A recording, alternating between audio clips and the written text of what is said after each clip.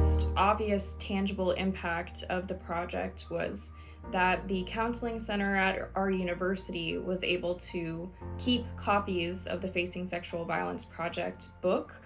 in the counseling center for students and staff members to take advantage of, which is something that I'm really, really proud of, that we were able to make that resource available to folks who might be struggling with the impacts of sexual violence. We also did a donation drive for Project Horizon, which is a local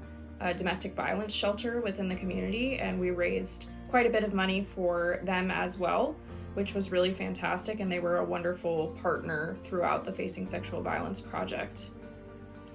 I would say, I hope that we also made an impact on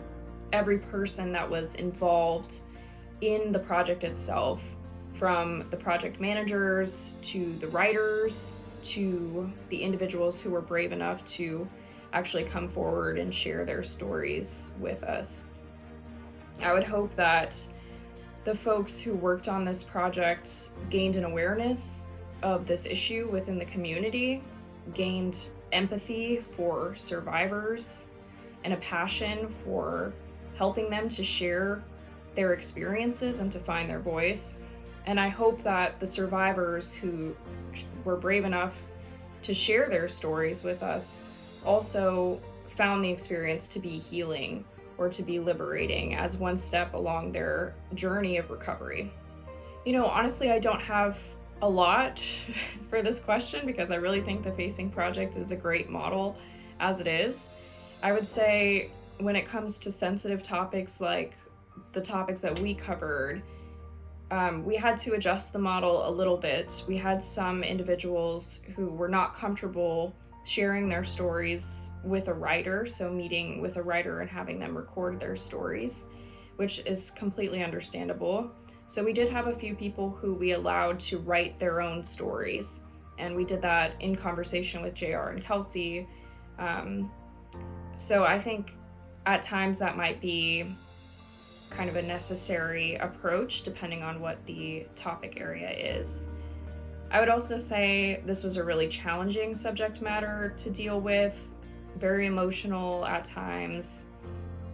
really difficult for the writers to hear the stories, for the survivors to share them, of course, and as the project managers, there was a lot of emotional burden and pressure on us as well. So I think as many resources as you can offer to support the mental health of the folks who are involved in putting together a Facing project, the more, the better on that front. Yes, I'm not currently at a point in my life where I have the time or the bandwidth to do something like that because it is an enormous undertaking, but it was a fantastic experience for me, very challenging in some ways, but extremely rewarding, and absolutely I would consider leading another project in the future, at the right place, at the right time, on the right subject matter. So I would say yes. I would just share with them that this is really a life-changing experience, and you set out to help the community,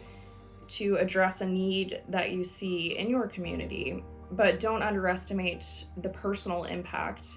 that working on this type of project can have. The personal journey that you go through in hearing these stories and shaping the Facing Project final product is really enormous, and it provides a lot of opportunity for personal reflection as well. So, if you're thinking about taking the leap, I absolutely recommend that you get involved with the Facing Project because I can guarantee that it will be a life-changing experience for you.